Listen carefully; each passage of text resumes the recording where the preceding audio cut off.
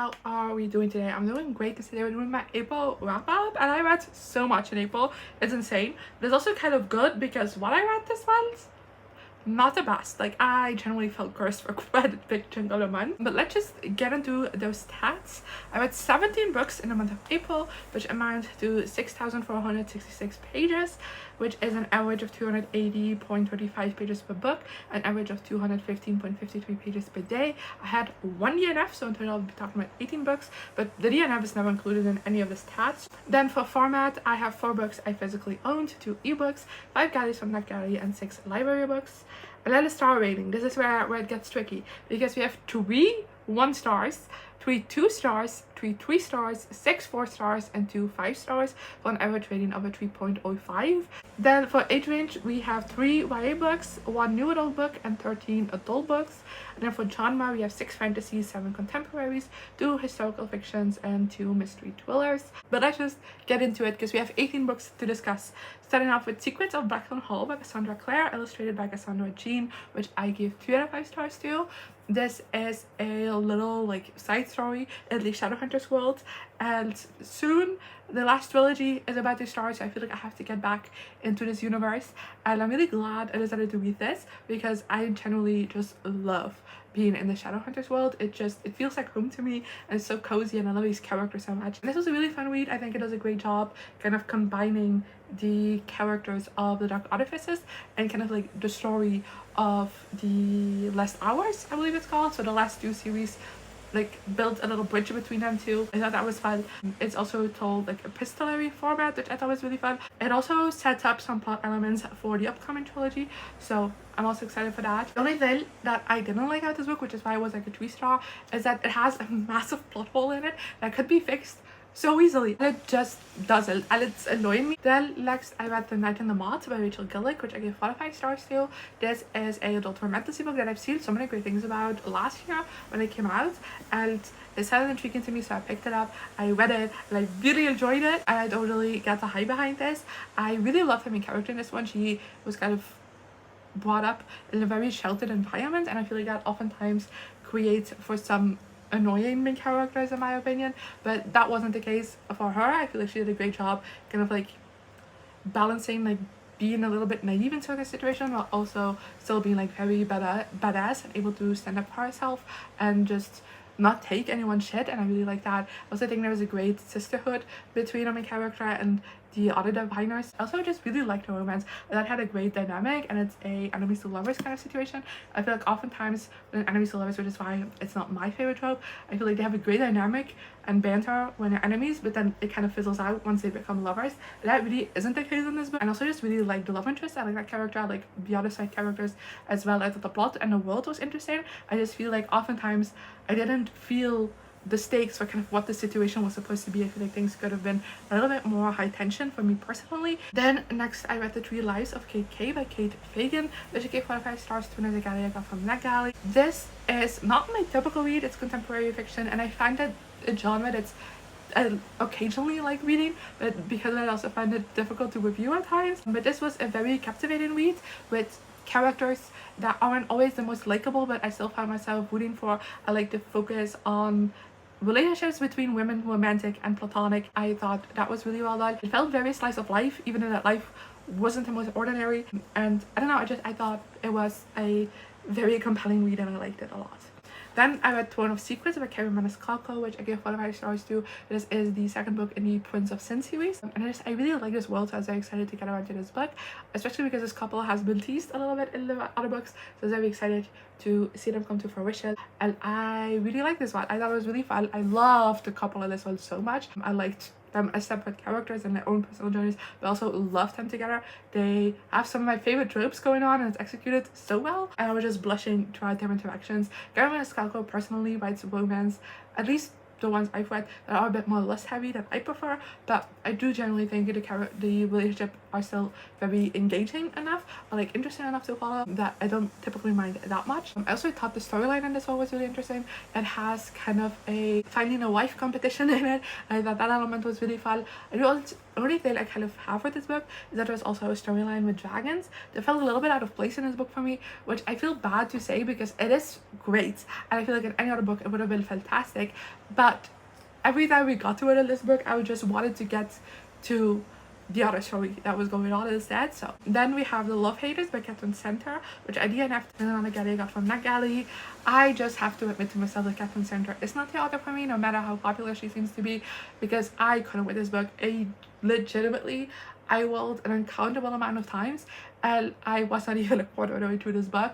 I also just don't like the way this book discusses race. Then I read The Job of Corruption by Robert Jackson Bennett, which gives you the 5 stars that I got from NetGalley. This is also the second of the series. It's the sequel to The Tainted Cup, which aired in January, and I gave the same star rating, so I probably shouldn't have continued on with the series, but I felt like I was intrigued enough to continue.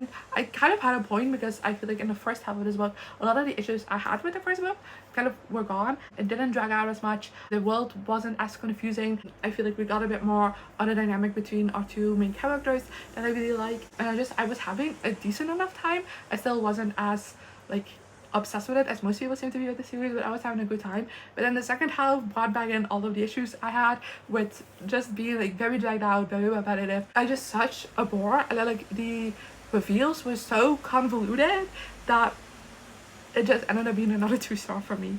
Then next I read A Season for Scandal by Laura Wood, which I give 2 to 5 stars to. This is the second in the Agency for Scandal series, which is a series of YA historical romance mystery, so it's mixed genres. And this one I technically like more than the first one, even if it got the same star rating. I thought this was a really fun read. They just feel a bit meh, if that makes sense. I feel like they're a bit dragged out, a bit underdeveloped in places. This one, especially in the romance department, I felt was a bit underdeveloped. Like I thought the couple was cute, but they gave friendship to me, not romance. And I love the main character, Marigold. I thought she was a really fun main character.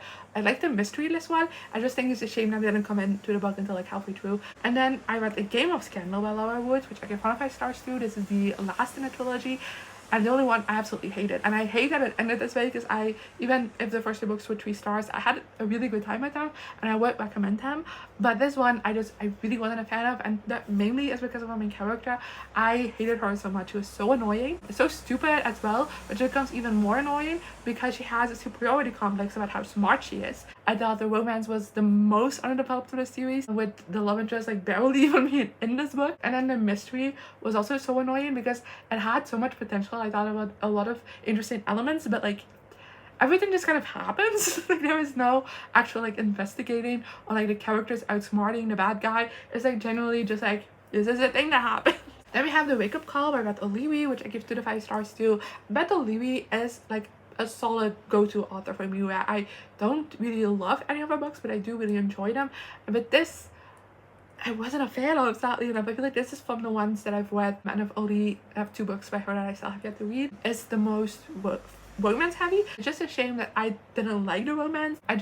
I wasn't a big fan of the guy in this book, and then I also just think the romance again was really underdeveloped. I do have to say that I liked the hotel storyline in this one.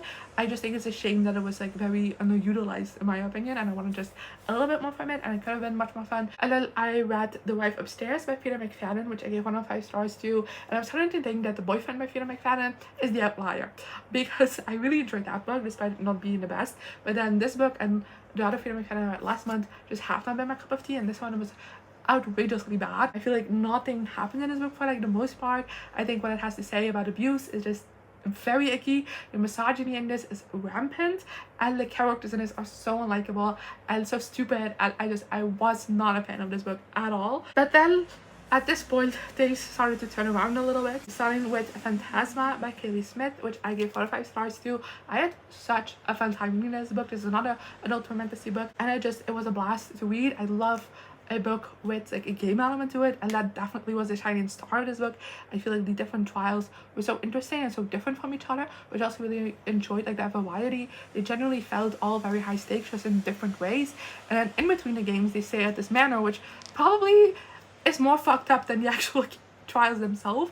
Like, oh god, that I was on the edge of my seat the entire time because of that. I feel like you never got a moment to rest, which I really liked about it. I also just really like a main character and the love interest. I thought they were interesting characters.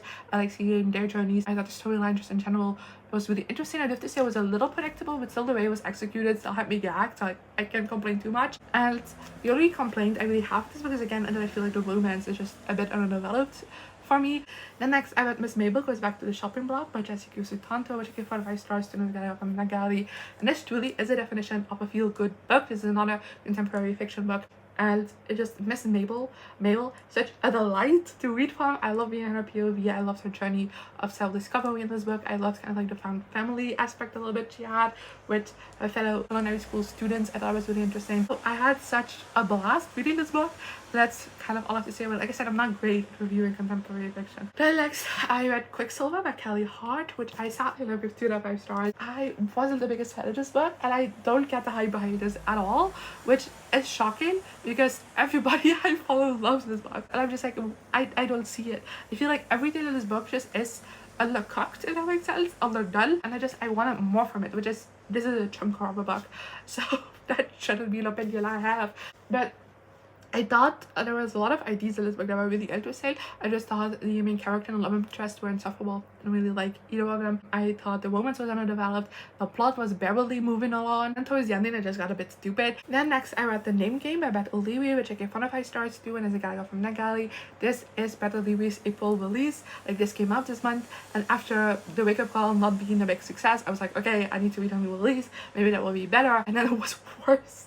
I really did not have a good time with this book. I feel like the writing just wasn't my favorite. There was something about it that just felt very distancing and annoying to read, and then I didn't think the characters were the most likable. I thought that the things it said about mental health were also a bit icky, and the storyline was a bit boring. I wanted more kind of from like the small town island vibes that I didn't get. And then again, such a convoluted and stupid ending. I feel like that's the theme of this month. And then I read Heated Rivalry by Rachel Reid, which I gave 5 5 stars. Thank goodness, my first 5-star of April. I read Game Changer last month, and when I read that, I said kind of all I wanted to do was binge the entire series, and was able to hold it off until the end of April. And now I truly got to a point where I was putting myself in a reading slump by not reading these books. I really like this. I was a bit nervous about this book because I'd heard that this is very like that the show is very faithful to this, and I wasn't the biggest fan of the show. I didn't really like it, but compared to other people, I felt fine about it. So I was a bit nervous about how this book was gonna go, but I generally really liked it more. There was a lot more kind of just like a depth to things that I like more. And also I just think the time skip part of this book, where it just goes over a couple of years with like very small scenes, skipping quite a lot of time between them, works better in this format. And I just really love Shay and Ilya and their relationship. This book is very emotionally heavy, but I do think it makes kind of like the happier moments hit that much harder. Then next I read Cherry Baby by Rainbow Rowell, which I gave 5 stars to, and is a guy from Nagali. This is a book that I don't want to say too much about because I feel like the more you know about it, the less fun it is.